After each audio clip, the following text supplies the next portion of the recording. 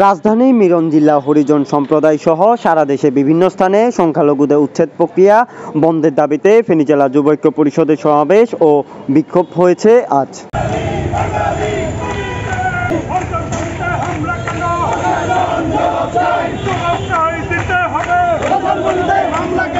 শনিবার বিকাল 4টায় শহরে কেন্দ্রীয় জয়কালী মন্দির হতে টাং রোড প্রদক্ষিণ করে শহীদ মিনার চত্বরে এসে জেলা যুব ঐক্য পরিষদের সভাপতি শিপন বিশ্বাসের সভাপতিত্বে সাধারণ সম্পাদক সৌরভ শাহর সঞ্চালনায় সমাবেশ অনুষ্ঠিত হয়।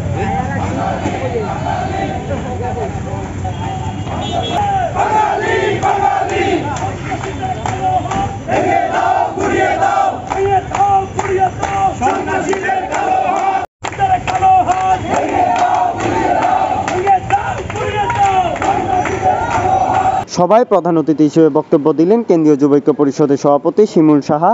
বিশেষ অতিথি হিসেবে বক্তব্য রাখেন ফেনী জেলা হিন্দু বৌদ্ধ খ্রিস্টান ঐক্য পরিষদের সভাপতি সুখদেবনাথ তপন, সাধারণ সম্পাদক লিটন সাহা, পৌর শাখা সভাপতি রিপন সাহা, সাধারণ সম্পাদক অর্জুন কুমার মাস্টার সহ অন্যান্য নেতৃবৃন্দ।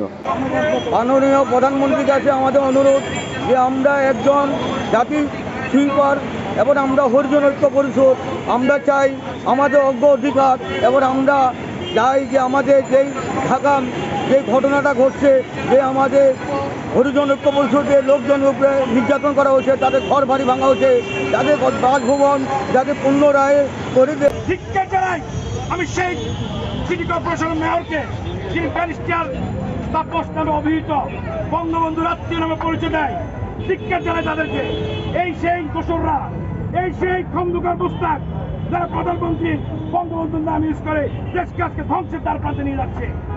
আমি প্রতিবাদ জানাই যে আগামীতে যারা এই স্থানীয় কাউন্সিলর এবং যারা মেয়র তারা মদত দিয়ে এই হরিজন সম্প্রদায়কে উচ্ছেদ করা পায়তারা করছে, তাদেরকে আমাদের এই হরিজন সম্প্রদায় থেকে শুরু করে আমরা সকল সংখ্যালঘু সম্প্রদায় তাদের ভোট দান থেকে আমরা বিরত থাকবো। ফেনীবাসীর পক্ষে আমরা বলতে চাই এই যাদের পরিচ্ছন্ন কর্মীদেরকে আপনারা উচ্ছেদ করেছেন অনতি বিলম্বে আমি প্রধানমন্ত্রীর কাছে অনুরোধ করব এদেরকে পুনর্বাসন করবেন। ওদেরকে উচ্ছেদ করার চেষ্টা করা হইতেছে। কেন উচ্ছেদ হবে? ওদের জায়গায় ওরা থাকবে, উচ্ছেদ করা চলবে না। ওদেরকে ওদের জায়গায় থাকিয়ে দিন, ওদেরকে ওদের জায়গায় সুরক্ষিত করুন। যারা গৃহহীন তাদেরকে গৃহ দিচ্ছেন, আজকে এই তাদের ভাঙাচুরা বস্তি যদি আপনার দিকে সুন্দর না লাগে, আপনার সেই ঢাকা তিলোত্তমা শহরের সৌন্দর্য রক্ষার জন্য আমি অনুরোধ করব তাদেরকে সেখানে বহুতল ভবন নির্মাণ করে দিয়ে তাদেরকে সুন্দর মতো থাকতে দিন। বাংলাদেশ স্বাধীন হয়েছিল সমতার ভিত্তিতে, বাংলাদেশ স্বাধীন হয়েছিল ন্যায্যতার ভিত্তিতে। বাংলাদেশ সেই বাংলাদেশ অসাম্প্রদায়িক বাংলাদেশ, সেটা আমরা মনে প্রাণে ধারণ করে স্বাধীন করেছিলাম। এই বাংলাদেশ আমাদের পূর্বপুরুষেরা রক্ত দিয়েছিল।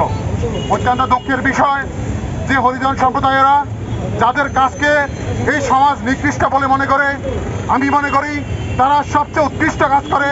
এই সমাজকে পরিচ্ছন্ন রাখার যে দায়িত্ব, সেই গুরু দায়িত্বই হরিজন সম্প্রদায় পালন করে। তাদের সেই রক্তের গ্রাম অত্যন্ত সৎ, তারা সৎ উপার্জন করে। যেখানে বাংলাদেশে হাজার হাজার কোটি টাকার দুর্নীতি হয়, আমি মনে করি ওই সমস্ত দুর্নীতি বাদ দিচ্ছে এই হরিজন সম্প্রদায়ের কষ্টের অর্জিত মেহনতের টাকা অনেক সৎ, অনেক বেশি আত্মবোধ এবং আত্মসম্মানের রাখে না।